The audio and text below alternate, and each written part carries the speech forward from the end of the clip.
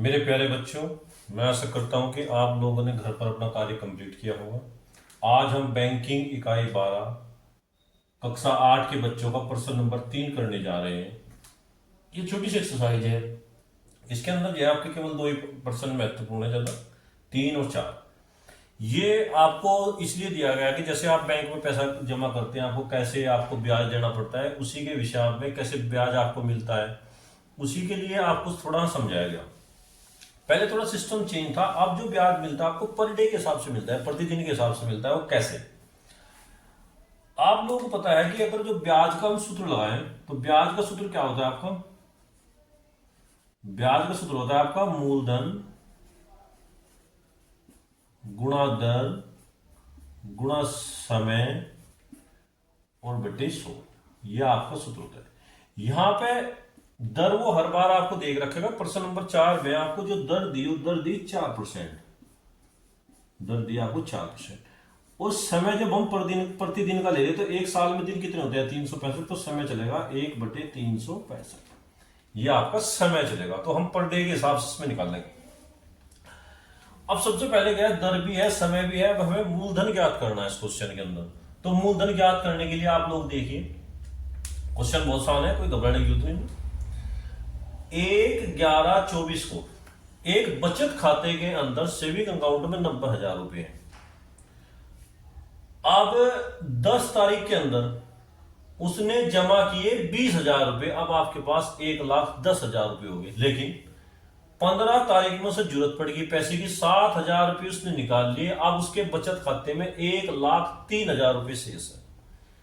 उसके बाद जो है उसके पास 30/11/24 में कहीं से पैसे आए और उसे जो है पैसे निकालने हैं। उसने जो जमा किए 6,900 रुपए और उसके पास कितने आ गए? 1,09,900 रुपए हैं। अब इस पूरे महीने, नवंबर महीने का हमें ब्याज ज्ञात करना कि इसमें टोटल कितना ब्याज हुआ। देखिए आप लोग, सबसे पहले आप लोग देखिए मूलधन निकालते हैं इसके अंदर। मूलधन थोड़ा ध्यान से देखना, बहुत आसान है। देखिए, अगर आप लोग ध्यानपूर्वक देखें, बचत खाते में आपके 90,000 रुपए दिख रहा। अब 1 तारीख से लेकर 9 तारीख तक इसने ना तो कोई राशि जमा की और ना ही कोई राशि निकाली। अब 1 से लेके 9 तारीख तक कितने दिनों तक खाते में 90,000 रुपए रहे? गिनना स्टार्ट कर दो आप। 1 2 3 4 5 6 7 8 9 तक कुछ नहीं। इसका मतलब 9 दिन तक खाते में कितना रुपया आ रहा आपका? 90,000 रुपए। ये इन 9 दिनों का मूलधन आएगा प्लस। इसके बाद इसने क्या किया? 10/11/24 को एक पर्ची के द्वारा 20,000 रुपए जमा कर दिए। अब 10 तारीख में क्या होगा? अब आप पहले तो 90,000 रुपए मिल जाता हमें ब्याज। अब हमें 1,10,000 रुपए मिलना स्टार्ट हो जाएगा। जो 90,000 रुपए मिल रहा, 20,000 और रुपयों पे एक्स्ट्रा पे हमें ब्याज मिलना स्टार्ट हो जाएगा। देखिए आप लोग, अब 10 तारीख से लेकर 14 तारीख तक इसने कुछ भी लेन देन नहीं किया। यानी कि आप देखो 10 भी काउंट होगा उसके अंदर। 11 12 13 14 तारीख से 14 तारीख तक खाते के अंदर कितने रहे? कितने दिन बैठे? टोटल 5। तो 5 दिनों तक खाते में रहे 1,10,000 रुपए प्लस। इसके बाद देखिए आप लोग ध्यान से, पहले हमें 1 तारीख का निकाल लिया, फिर 10 तारीख का निकाल। अब 10 तारीख, अब हमने 14 तारीख तक निकाल लिया। अब 15 तारीख में उसे कुछ जरूरत पड़ी, 7,000 रुपए निकाल लिए, खाते में बचे 1,03,000 रुपए। 15 तारीख से लेकर 29 तारीख तक इसने बीच में कुछ नहीं किया, लेकिन 30 तारीख में जमा किए। तो अब देखो 15 तारीख से 29 तारीख के बीच में कितने दिन पड़ेंगे आपके? अगर देखो 30 में से चाहे तो 15 घटा लो, टोटल 15, क्योंकि एक दिन जो माइनस हुआ ना वो 15 जुड़ जाएगा उसके अंदर। या ऐसा कर लो आप, 15 के बाद 15 भी गिनो। 15 16 17 18 19 20 21 22 23 24 25 26 27 28 29। तो टोटल कितने आएंगे अगर आप इनको गिनकर देखोगे? 15 दिनों तक खाते में रहे आपके 1,03,000 रुपए। 1,03,000 रुपए। इसके बाद 30 तारीख में केवल एक दिन जो महीने का लास्ट डे था उसमें से जमा किए 6900 रुपए। तो इसमें लास्ट डे में एक दिन में क्या है, 1,09,900 रुपए आपके खाते में रहेंगे। अगर टोटल की हम इनकी गुणा करें, देखो नम नम 81, यानी कि ये आ जाएगा आपको 8,10,000। इसके बाद इसकी गुणा करो, देखो अब गिनो, 11 पंजे 55, जीरो कितनी है लगा दो फिर, 1 2 3 4, कितना आएगा आपका 5,50,000। इसके बाद ये क्या, 103 में 15 की गुणा कर लो आप लोग, फिर बाद मिटा देंगे। देखो 103 और गुणा 15 गुणा करो, जितनी जीरो है पीछे लग जाएंगे, 5 दिए 15 का 5 का हंसी लगा 1, 5 0 0 1, 5 कम 5, 3 0 1, देखिए आपने 5 4 5 1, यानी कि आया आपका 15 45 और कितनी जीरो थी पीछे 3, 1 2 3, यानी कि आएगा आपका 15,45,000 प्लस ये आपका एज इट इज 1,09,900, ये आपका एज इट इज आएगा इसी प्रकार। अब इतने रुपए का मूलधन आपके पास, अब हम क्या करेंगे, इन सबको जोड़ेंगे। देखो ऐसे रख के सबसे पहले से लिख आया 30,14,900, यानी कि जो आपका आया 30 लाख इकाई दाई सैकड़ा हजार 10,000 लाख 30,14,900 रुपया है आपके।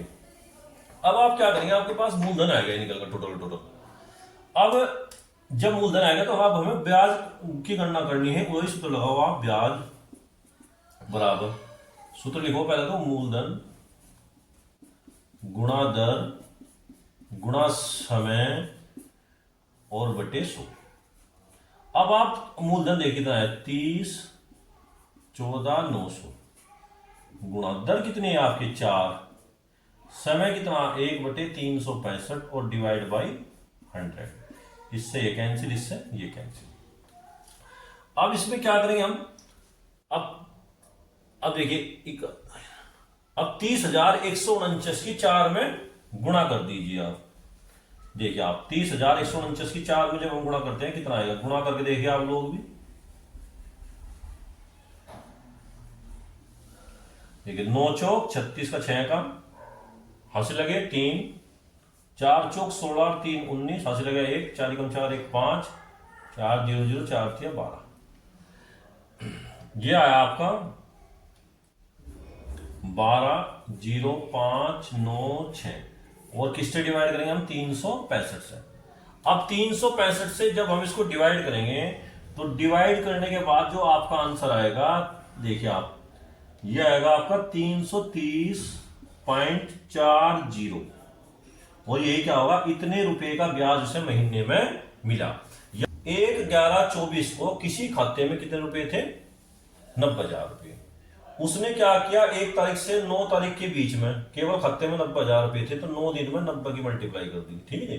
10वें दिन उसने 20,000 रुपए जमा कर दिए, खाते में आए 1,10,000 रुपए। 15 तारीख में एटीएम से निकाले, इसका मतलब 4-5 दिन खाते में ही रहे हमारे, तो यहां पे आएगा 5,50,000। फिर इसके बाद क्या होगा, फिर इसने जब 7,000 रुपए निकाल लिए खाते से, तो कितने हो गए खाते में, 1,03,000 रुपए।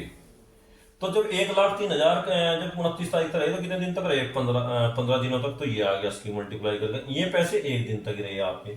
जब हम देखो इसकी मल्टीप्लाई करें, ये आई, इसकी मल्टीप्लाई करके ये इसकी है, तो टोटल 30,14,900 रुपए हो गए, ये होगा आपका मूलधन। तो इसमें देखो समय जो लेंगे हम 1/365 लेंगे इसके अंदर, क्योंकि हम पर डे के हिसाब से देख रहे हैं इसके अंदर। अब यहाँ देखो जब हमने इसकी मल्टीप्लाई करी तो मल्टीप्लाई करने पे आया, इसको हम इससे डिवाइड करके हमारा कितना आया, 330.40 रुपए। इतने रुपए उन्हें ब्याज के रूप में मिले।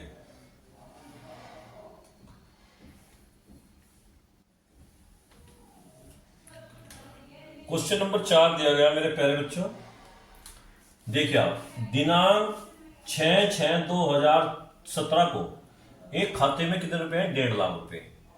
उसके बाद 12/6/2017 को उसने कितने खाते से रुपए निकाल लिए, 3,000 रुपए। खाते में कितने रुपए बचे आपके, 1,47,000 रुपए। इसके बाद 18/6/2017 को इसने कितने नगद जमा कर दिए खाते में, 7,000 रुपए, तो खाते में कितने हो गए 1,54,000 रुपए। 30/6/2017 को उसने जमा कितने कर दिए खाते में 12,000, तो खाते में कितने रुपए हुए आपके 1,66,000 रुपए। अब यहां पे जो ब्याज है पहले की तरह ही वो डे बाई डे होगा, बस इसमें थोड़ी सी दर चेंज कर दी। आपकी जो दर है आपकी 3.5% वार्षिक, ठीक है, वार्षिक, ठीक है। इसके बाद जो है अगर आप वार्षिक चलोगे लेगा तो यही रहेगी आपकी, ठीक है। और समय आपका रहेगा इन क्वेश्चनों के अंदर, क्योंकि हम पर डे का ब्याज निकाल लें 1/365, क्योंकि एक साल में 365 दिन होते हैं। तो सबसे पहले हम पहले क्वेश्चन की तरह मूलधन ज्ञात कर लेते हैं। मूलधन ज्ञात करने के लिए देखिए आप लोग क्या है, अब 6 तारीख को खाते में कितने रुपए हैं आपके 1.5 लाख रुपए। कितने दिन तक रहे हुए 12 तारीख तक रहे, तो कितना दिन बैठेंगे 6 भी गिनो उसमें, 6 7 8 9 10 11 तारीख तक रहे, तो टोटल कितने 6 दिन रहे। तो 6 दिन तक खाते में कितने लाख रुपए रहे आपके 1.5 लाख रुपए। देख लीजिए आपके 1.5 लाख रुपए प्लस, अब उसने 12/6/2017 को 3,000 रुपए निकाले, खाते में कितने बचे हुए 1,47,000 रुपए। तो ब्याज तो आपको 1,47,000 रुपए मिलेगा भाई, इसमें थोड़े मिल जाएगा। तो इसमें क्या देखो, अब ये कितने दिन तक रहे 18 तारीख तक रहे, यानी कि 17 तक गिनो आप, 12 से लेकर 12 13 14 15 16 17, कितने दिन आए आपके 6 दिन। तो 6 दिन तक खाते में कितने रहे आपके 1,47,000 रुपए आपके खाते में रहे प्लस। इसके बाद 18 तारीख को उसने 7,000 रुपए जमा करते खाते में 1,54,000 रुपए। 18 से लेकर 29 तारीख तक इसने कोई ट्रांजेक्शन नहीं की, तो 18 से 29 तक गिनो, 18 19 20 21 22 23 24 25 26 27 28 29, टोटल आपके 12 दिन हो गए। कितने 12 दिन, तो 12 दिन में खाते में कितने रुपए रहे 1,54,000 रुपए। इसमें 12 दिनों की गुणा कर दो, ठीक है। और ये लास्ट के डे में जो है आपके 1,66,000 रुपए, ठीक है।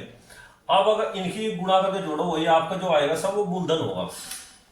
15 6 की 90, 90 आएगा कितनी जीरो 1 2 3 4, जीरो लगा दो 1 2 3 4 प्लस। अब 7 में 6 की गुणा कर लो, देखो 147 में करके जीरो लग जाएंगे पीछे 3, 7 6 42 का 2 का हाथ से लगे 4, 6 चौक 24 और 4 28, हाथ से लगे 2, 6 कम 6 और 2 8, 3 0 1 2 3, ठीक है।